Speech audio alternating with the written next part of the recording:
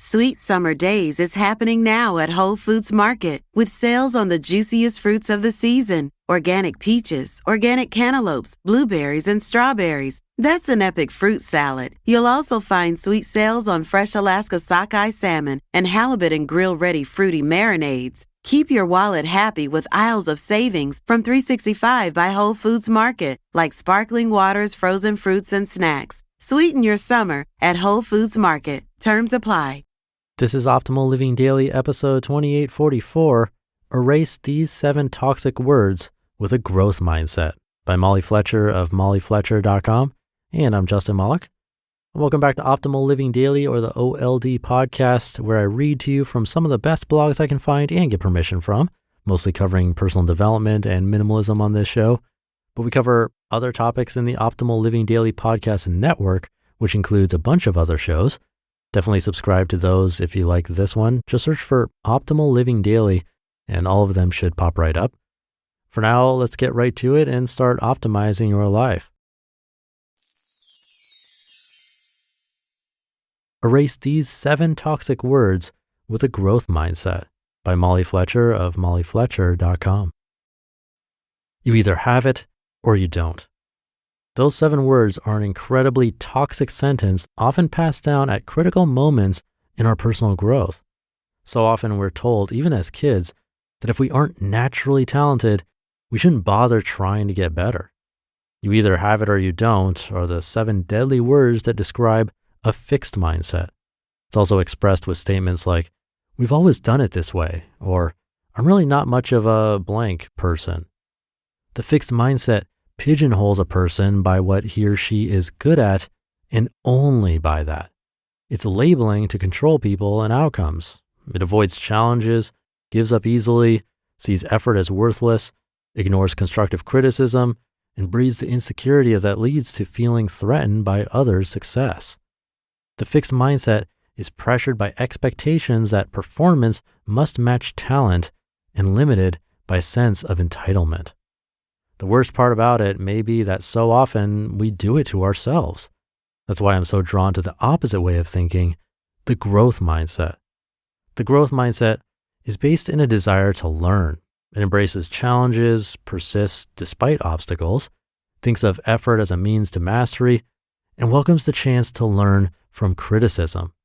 A person with this mindset views other success as a window into lessons and inspiration for even greater personal success, fueled by the power of free will, not expectation.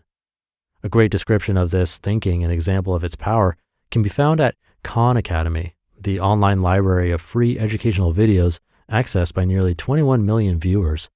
Quote, "Most people are held back not by their innate ability, but by their mindset. They think intelligence is fixed, but it isn't. Your brain is like a muscle. The more you use it and struggle, the more it grows. New research shows we can take control of our ability to learn. We can all become better learners. We just need to build our brains in the right way," end quote. Let's talk about 3 concrete ways to build this mindset and why these will benefit you. Number 1, positive self-talk. A mindset is like software. It runs on a script. So if you want to change your performance, you have to change the script running inside your head. There has to be new words to replace. You either have it or you don't.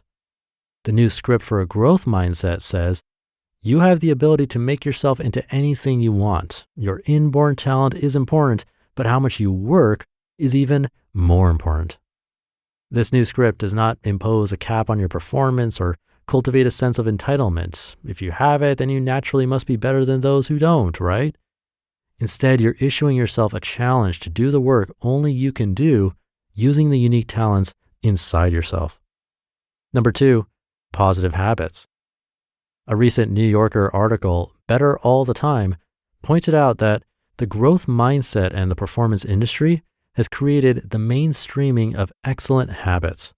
If greater success and performance is possible with hard work, then the more consistent and targeted the work, the more growth can be expected. This is why we see expansion of the teams of specialists who help high-level performers, quote, focus more intently on those small details which cumulatively add up to better performance, end quote. Keywords there are cumulatively add up. Small actions repeated over time create the critical mass for better outcomes. And number 3, positive feedback. We live with big data all around us, delivered via technology that measures how you're doing compared to yesterday, last week, last year, your competition, but most of all, yourself. There is no substitute for hard numbers to rank performance, and it widens the gulf between a growth mindset and the abstract, you either have it or you don't, thinking. An example from the New Yorker article, quote, Chris Hoy, the British cyclist who won 2 gold medals at the London Olympics in 2012, was trailed by a team of scientists, nutritionists, and engineers. Hoy ate a carefully designed diet of 5,000 calories a day. His daily workouts, 2 hours of lifting in the morning, 3 hours in the velodrome in the afternoon, and an easy 1-hour recovery ride in the evening, had been crafted to maximize both his explosive power and his endurance. He had practiced in wind tunnels at the University of Southampton. He had worn biofeedback sensors that delivered exact data to his trainers about how his body was responding to practice. The $80,000 carbon fiber bike he rode helped too. Hoy was the ultimate production of an elaborate and finely tuned system designed to create the best cyclist possible. And since his competitors weren't slacking either, he still won by only a fraction of a second, end quote. Researchers are finding that the best aren't getting even better, as the magazine article points out. More people like Hoy are becoming extraordinarily good. This trend is only possible with a growth mindset that allows for a larger, deeper pool of potential within each of us, even those with a surplus of natural talent. Your game changer takeaway. Success and growth depends on relationships, including your relationship to your own beliefs and talents. A growth mindset frames your potential for maximum performance. Success does not depend on whether you either have it or you don't. It's about how hard you're willing to work consistently and adapting to performance feedback.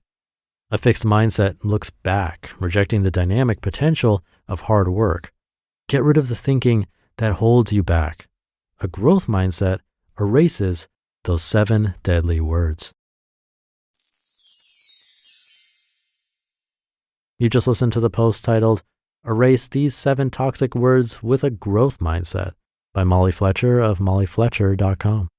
Sweet Summer Days is happening now at Whole Foods Market with sales on the juiciest fruits of the season. Organic peaches, organic cantaloupes, blueberries, and strawberries. That's an epic fruit salad. You'll also find sweet sales on fresh Alaska sockeye salmon and halibut and grill-ready fruity marinades. Keep your wallet happy with aisles of savings from $3.65 by Whole Foods Market, like sparkling waters, frozen fruits, and snacks. Sweeten your summer at Whole Foods Market. Terms apply. Thank you to Molly. I forgot about the Khan Academy. I remember using it way back in 2013 or somewhere around there when I was messing around with learning how to program. And it's an incredible resource. This might start sounding like an ad, but I promise it's not.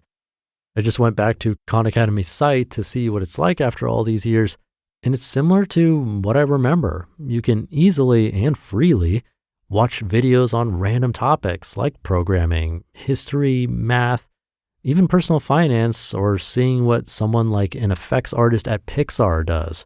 It's a great resource for someone trying to learn something new or see if they'd be interested in moving into a different specific area.